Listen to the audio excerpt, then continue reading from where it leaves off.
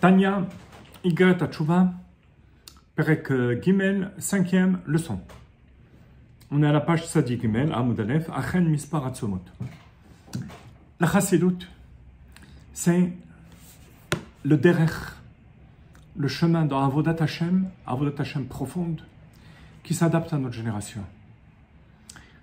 Beaucoup de personnes, surtout lorsqu'ils font tchouva ou lorsqu'ils veulent s'engager dans une avoda pnimit, un travail profond, ou bien ils sont découragés parce que c'est extrêmement vaste, ou bien ils font des choses trop difficiles pour eux.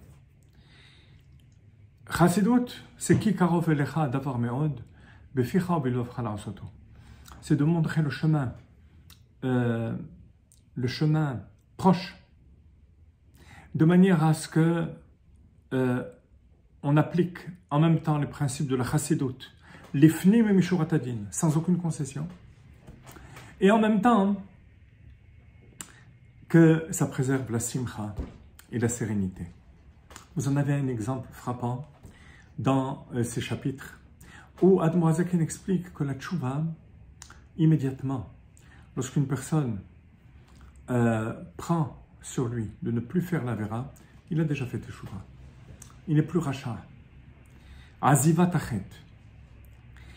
De l'autre côté, ça ne nous épargne pas du tikkun, de la réparation qu'il faut effectuer par rapport aux dégâts spirituels qu'on a causés par la faute. Alors rappelez-vous qu'on avait vu 3 opinions par rapport aux jeûnes qui remplacent les korbanot, les sacrifices à notre époque. Par exemple, Zera Levatala, l'écoulement de semences inutiles, c'est 84 jeûnes, ça fait beaucoup.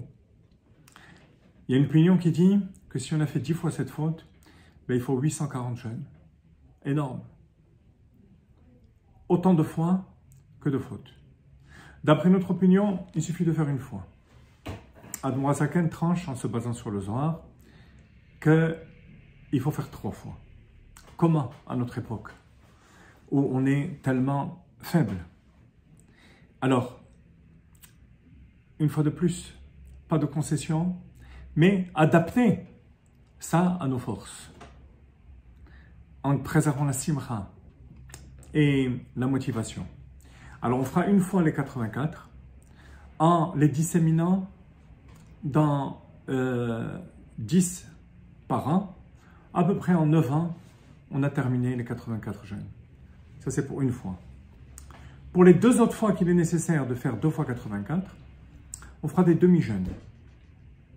4 fois des demi-jeûnes multipliés par 84. De cette manière, on aura fini les 3 fois. C'est déjà très bien. Mais, une fois de plus, pas de concession. Un chassid, il fait les fnim mishuratadin. Il va au-delà du din. D'après le din, on peut s'arrêter là. Enfin, d'après, pour le tikkun de l'âme. La réparation de l'âme. Mais un chassid, il veut faire tout. Comme je viens de dire, ne pas faire de concession. Alors, comment arriver aux 10 fois à 84? C'est-à-dire 6 fois encore la tzedaka. On complétera par la tzedaka en considérant pour chaque jour de jeûne qu'on remplace le jeûne par Chai Gdolim Poilish, à peu près 18 € par jour de jeûne. Encore une concession à ne pas faire. C'est les autres jeûnes qui ne se rapportent pas d'avérotes graves. Parce que pour le moment, on n'a parlé que d'avérotes graves.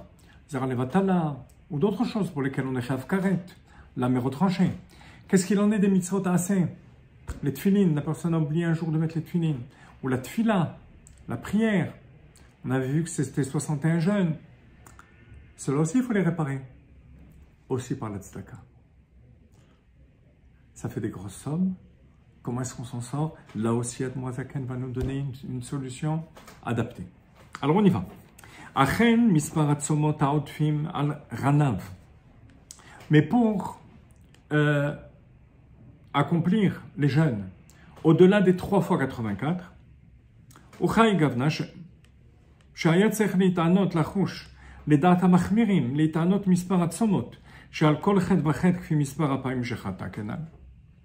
Si on veut d'après l'opinion qui dit qu'il faut faire autant de fois ce nombre de jeûnes que le nombre de Averot qu'on a fait, par exemple 10 fois pour Zera Levatala, Yifte Kulan Bitzdaka, Erech Chai Gdolim Poinish, Beat Kolion. Comme on a dit, 18 € par jour. Vechen Shar Kol Ta'aniot Shesechlit Anot Al Averot Shen Bahen Mita. Ensuite, il y a les autres Averot, transgressions pour lesquelles on n'est pas condamné à mort, même pas Bidé Shamaim, même pas Karet. Comme je vous ai dit, par exemple, la Philo al-Bitul Mitzvot Aseh, comme Tfilin, de Oraita, ou des Rabbanan. Des Rabbanan, la prière de Mincha, par exemple, ou de Harvit. Vetalmud Torah Keneged Kulam. Et même si ce sont des Averot qui sont difficiles à éviter, une minute de Bitul Torah, on aurait pu étudier la Torah, on ne l'a pas fait. Ça aussi, il faut réparer. Kfia Mispar Amfraj Betikonet Tshuva Me'arizal, ainsi que le Harizal l'enseigne. Et la majorité de ces jeunes sont cités dans Mishnat Chassidim, Masechet HaTshuva. Hakol, Kasher Lakol, Yifde B'Tzdaka Kenal. Il rachètera tout ça par la tzedaka qui donnera pour le tikkun de ses fautes. Il omatzel et tseoren afsha Kenal, si on n'a pas la force de faire tous les jeunes cités. Il y a un problème halachique. Vous savez qu'on a le devoir de donner le maaser, la dîme, le 1/10 de ce qu'on gagne. Et on peut donner aussi au-delà du 10e, jusqu'au 5e, 20% de ses revenus. Au-delà des 20%, on n'a pas le droit. Parce qu'on risque de s'appauvrir. Mais là, avec les sommes qu'on atteint à cause des Averot, pour le tikkun des Averot, ça va dépasser le 1/5 pour la tzedaka, par rapport à la réparation de nos fautes. Adam Zaken dit, ce n'est pas un problème. Pourquoi? Les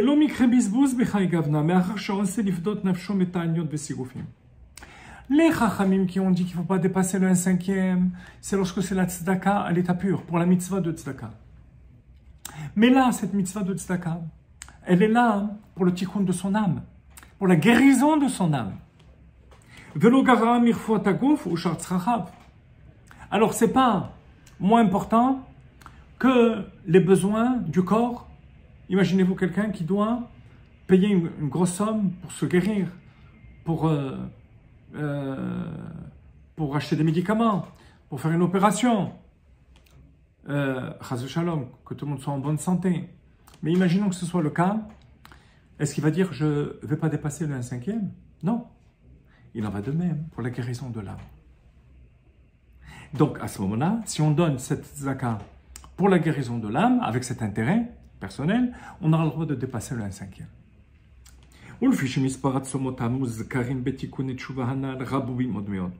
Et étant donné que le nombre et le total de ces jeûnes est très très important, Moazakan répète 2 fois, très très, c'est pas son habitude.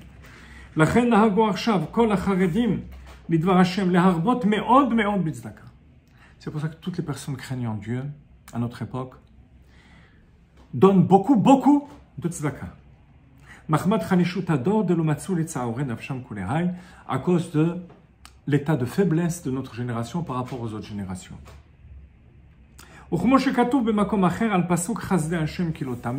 Ainsi que je l'ai expliqué d'Yad Moazaken, c'est dans Igeret HaKodesh Perek Yud, sur le pasuk, les bontés divines,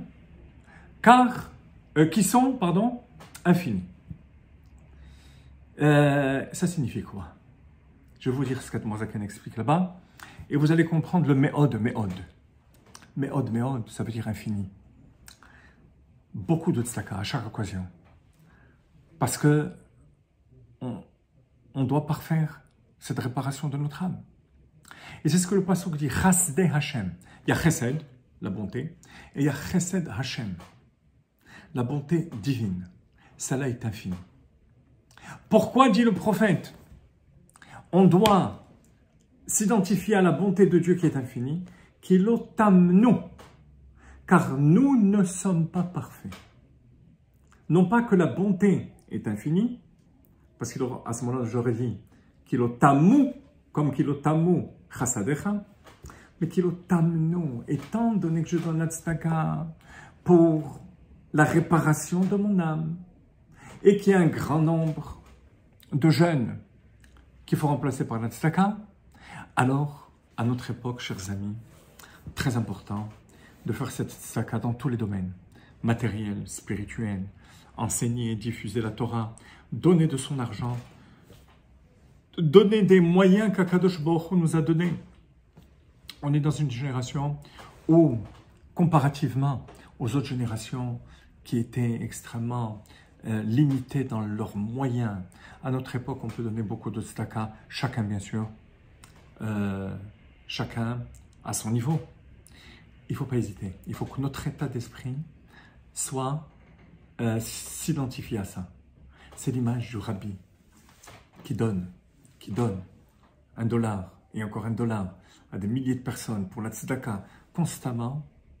La vie du rabbi est une vie de tzedaka.